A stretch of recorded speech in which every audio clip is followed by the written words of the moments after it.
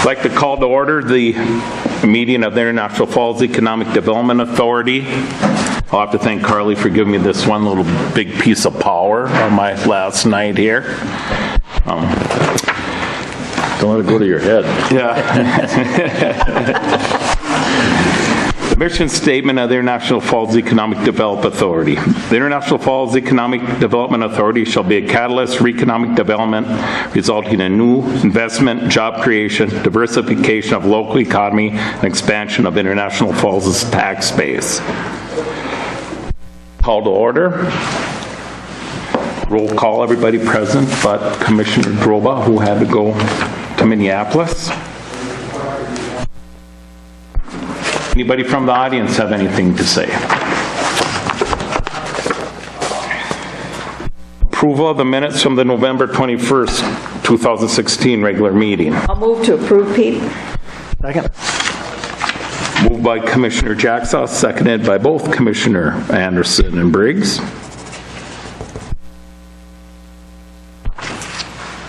Financial reports. Approve the November... Got to call for the question. Oh, call for the question. Aye. Aye. Already left.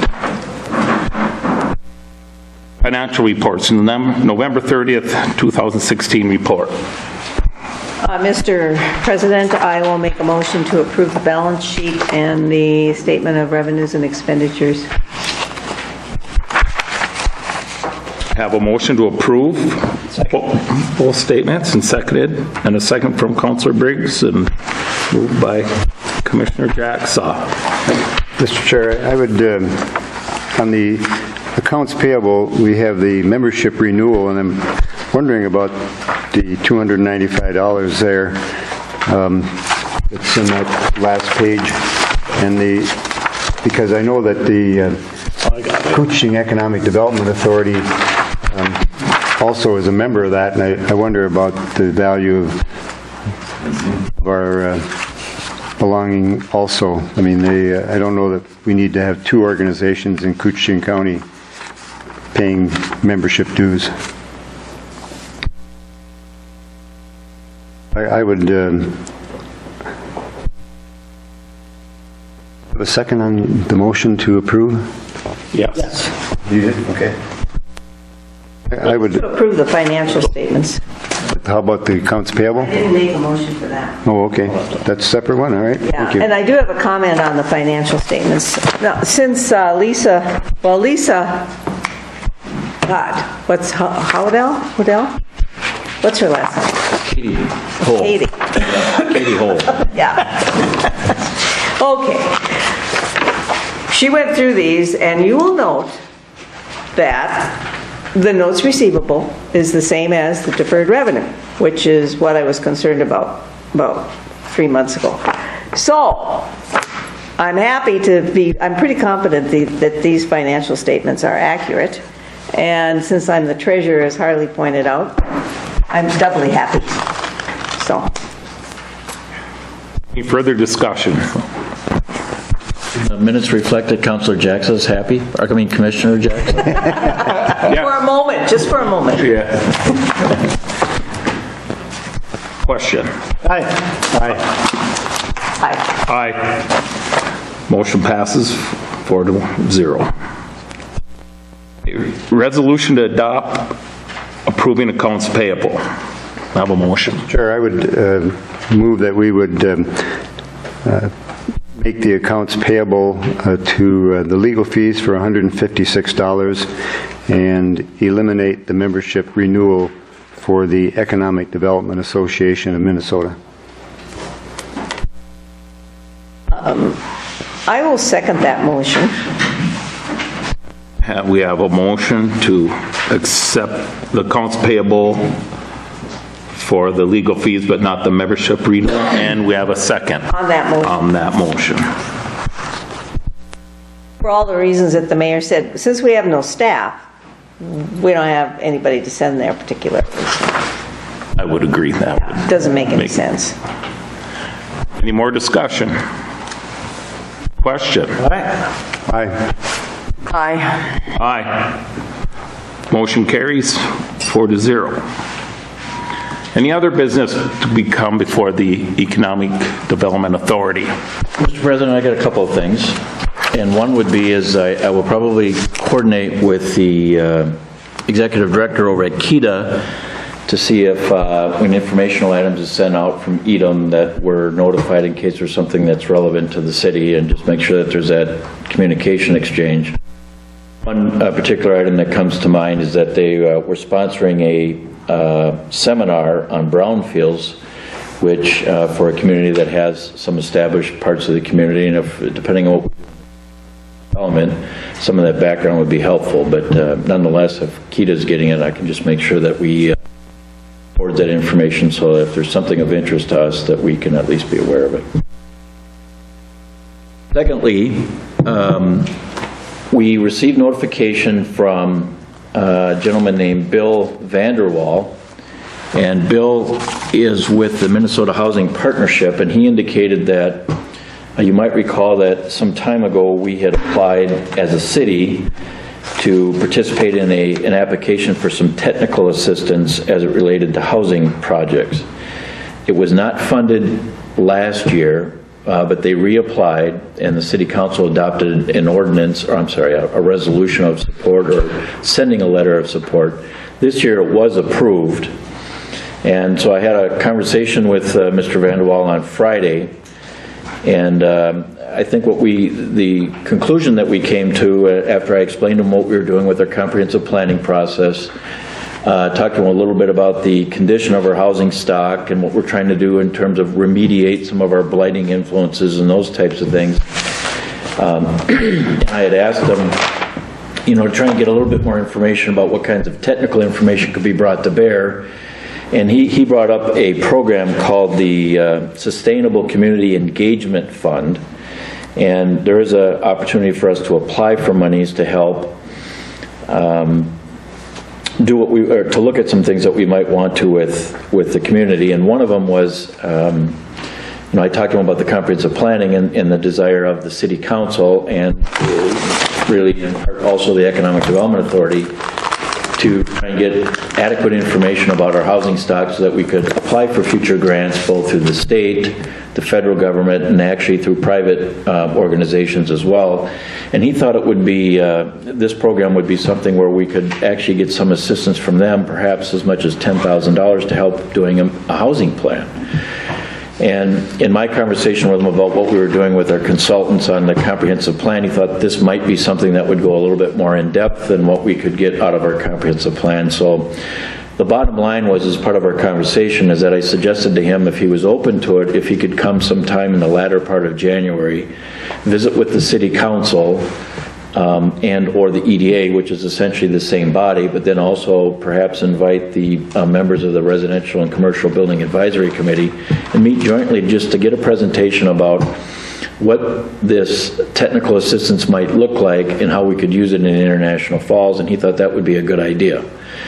So he was going to have to check internally to see if he could get funding to come up here and stay overnight for a day or something, or a night or something like that. But I just wanted to let you know, number one, that we did, or they did get funded, that there is some benefit to us to get this technical assistance, and some of it might even provide some additional funding to do some of this planning work. And if the council, or in this case the EDA commissioners, are open to having a meeting sometime in the latter part of January or February, I suggested that time frame because I'm hoping by then we'll have our new council candidate appointed from the center ward, and it would be good for that person to hear some of that initial information. So are you that? Do you have any questions you'd like me to share with Bill, or are you okay with doing something like that? Valuable. Residential and Building Advisory Committee, you think welcome? Absolutely. In fact, we just met this last week and talked about our plans. And we had met with, Paul Nevenin is going to meet with the Residential and Business Advisory, or Building Advisory, whatever. I hate that name. It's too many syllables. When did we set our date? January? I thought we set a date for that, Mr. Chair. No, we haven't set it. We haven't set a date for that meeting? Oh, okay. We were planning on meeting with Paul because we talked to Paul about some of the grant opportunities. And Paul's the one that mentioned that the brownfield grant is more flexible than how we originally approached it. So the other thing Paul said was that ARDC is offering grant services, Barb Caskey. So one of the things that's difficult when you don't have any staff. You don't have any staff, right? You're going to write grants, are you? You're not going to write grants. You don't have time, right? So we need people to do this kind of work to get it done. And it's heartening to hear that there is help out there through the ARDC from Barb Caskey for grant writing. So this is sort of coming together, you know. I think, you know, I think the Residential and Commercial Building Advisory Committee would be more than pleased to help and meet with Bill. So thank you. We actually did meet with Minnesota HFA some time ago, didn't we? Yes. Yeah, we had a lengthy conversation with them. And there was a grant app, and we put in a letter of interest. No, we put in a letter of interest on a grant. We never got a response on it. So we were working on something with them, but we never got we never got a reply to our letter of interest. So he provided just a fact sheet on that particular program that we could use, and they were in the process of rewriting some of their policies on something else. So he accidentally sent it to me. He told me not to send it out. I didn't even read it, actually. So, but I think I'll work with the mayor if it's okay, and then try and make sure that whatever dates that would work, we'll just schedule perhaps a committee of the whole meeting of the EDA commissioners, and also invite the building advisory committee, and I'll try and make it a point to make sure that Paul Nevinen knows about it too, so he can. Would you copy Joe Schwartz? He's the chair of the Residential and Commercial Building Advisory Committee.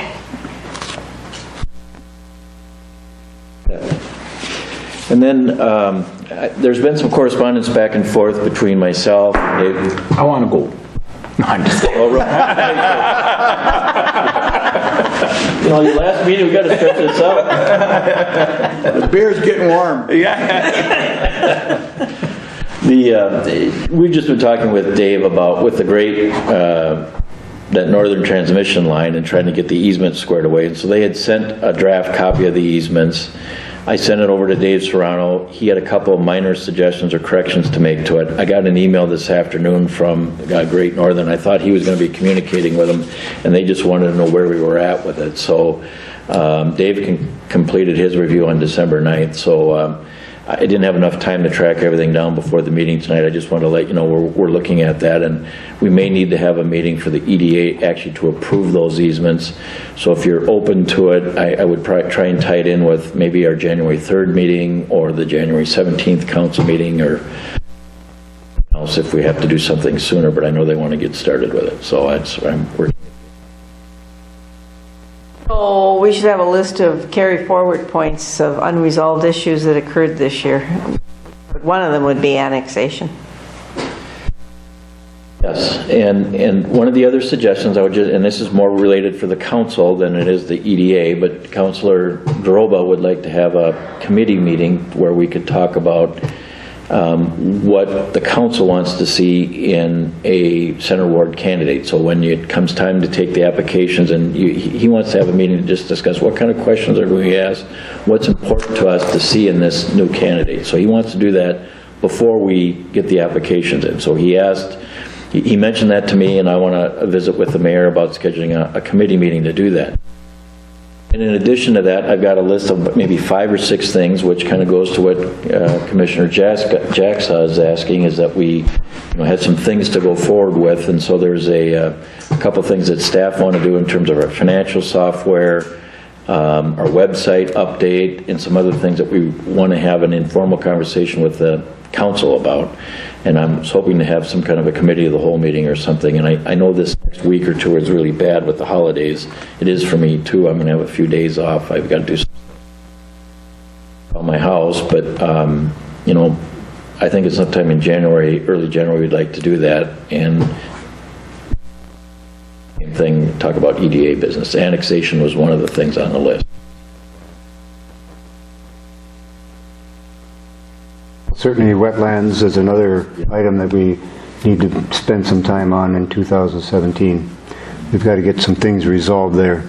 And then rental licensing. Of course, that'll get resolved with, maybe that'll fall under the new zoning and whatever we do with comprehensive land use. At some point, we need to do some kind of an annual report, and, I'm happy about the things that we've got started. I'm unhappy with the things that are started and aren't finished yet, and I'm concerned about overtaxing our staff.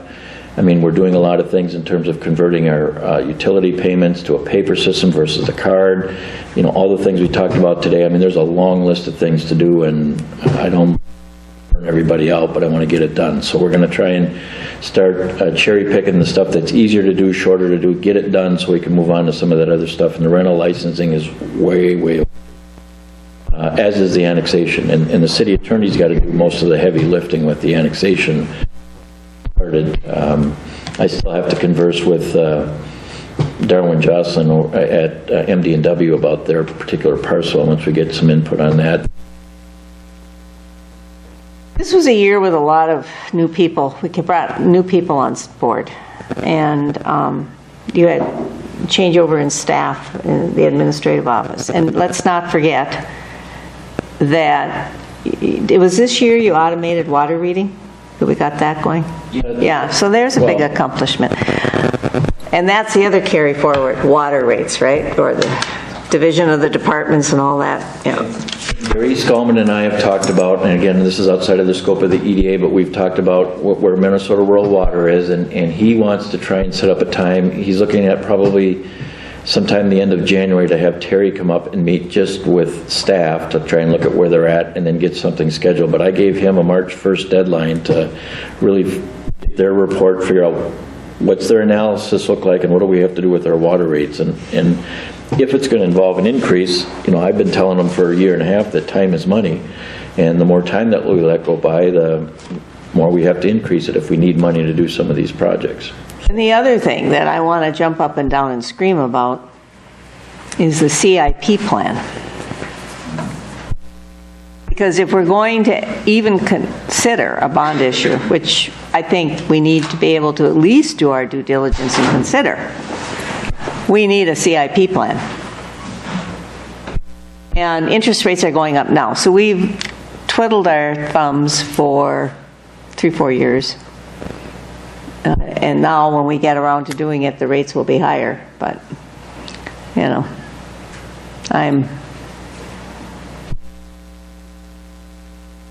Absolutely. No, it's one of the things on the list, and we're working through it. And actually, I think it was your thought to bring that forward, and so I congratulate you on that. I mean, you were the big picture thinker there, so thank you, Ken. I mean, you've come from Columbia Heights and other cities, so you're looking at different financial tools that I don't think we seriously have ever considered in the city before, so thank you. Any other business? Meeting adjourned.